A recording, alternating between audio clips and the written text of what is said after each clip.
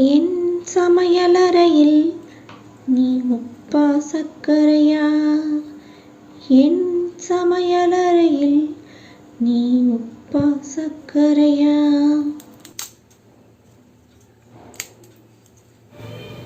வணக்கம். Classic spicy கிச்சனில் இருந்தாருன்னா வாங்க, எல்லாரும் நல்லா இருக்கீங்களா?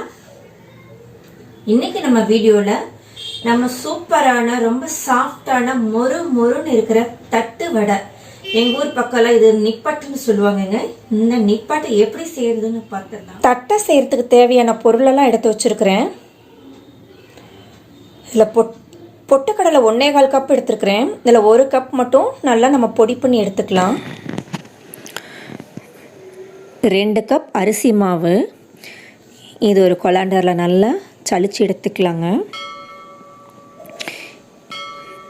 இதோட 1 கப் பொட்டுக்கடலை மாவு அரைச்சி வச்சுருக்குறோம் இல்லைங்களா, அதையும் சேர்த்து சளிச்சு எடுத்துக்கலாம். இது கூட 1 ஸ்பூன் மிளகாய்த்தூள், 1 ஸ்பூன் உப்பு, 1/2 டீஸ்பூன் பெருங்காயத்தூள்,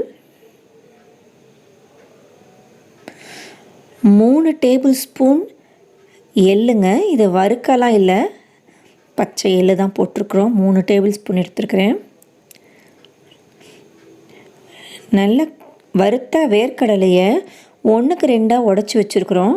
அது 1 கப் எடுத்துருக்குறோங்க. அதை போட்டுட்டு ஒரு 1/4 கப் மிச்சம் வச்சோம் இல்லைங்களா, அந்த பொட்டுக்கடலையும் இதோடு சேர்த்துக்கலாம். இதை ஒரு தடவை கலக்கி விட்டுக்கலாம்.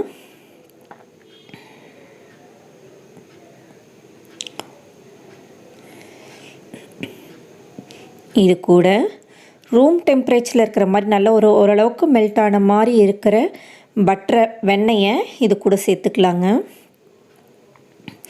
அதோட ஒரு 3 டேபிள் ஸ்பூன் எண்ணெயை நல்லா சூடாக காய்ச்சி அதையும் இதோடு சேர்த்துக்கலாம். அப்போ தான் நல்லா மொறு மொறுன்னு வரும். தட்டு வடை நல்லா மொறு மொறுன்னு வரும்.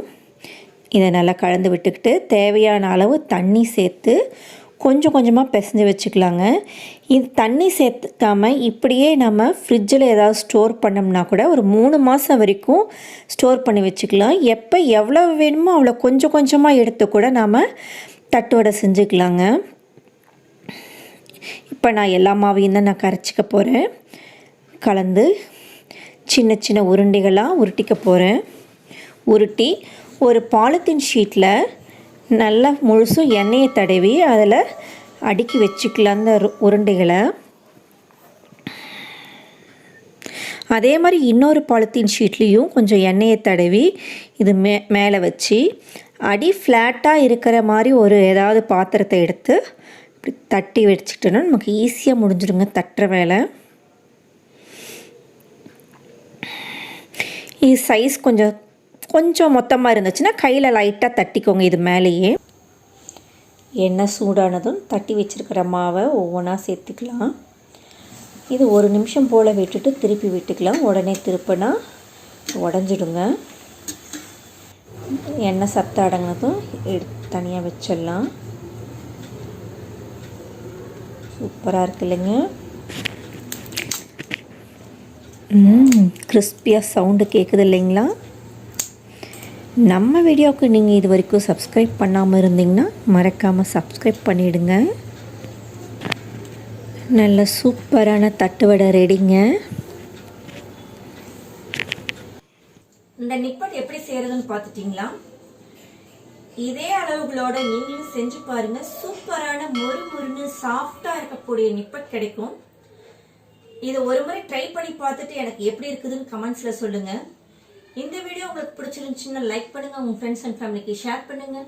மறக்காமல் சப்ஸ்கிரைப் பண்ணுங்கள். கூடவே வர பெல் பட்டனையும் கிளிக் பண்ணுங்கள். அப்போ தானே எப்போலாம் வீடியோஸ் போகிறோன்னா அப்போ உங்களுக்கு உடனுக்குடனே நோட்டிஃபிகேஷன்ஸ் வரும். வாழ்க வளமுடன். நன்றி, வணக்கம்.